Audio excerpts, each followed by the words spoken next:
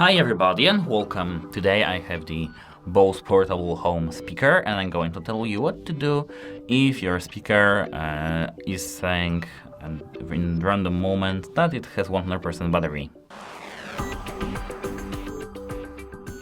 So, this is the common issue in these speakers because they are just randomly waking up and just saying random things. And the best thing to do is just disable voice prompts. At first, open your BOSE application and here open just your speaker. Now you have to go into the this gear icon in the top right corner in your application, of course. And now, as you can see, here you have voice prompts. Here you can disable them. And now the issue will be done. You won't be woken up by your speaker.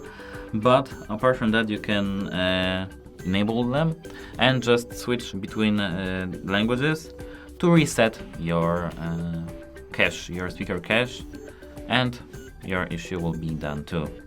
That's it. Hope it helps you and goodbye.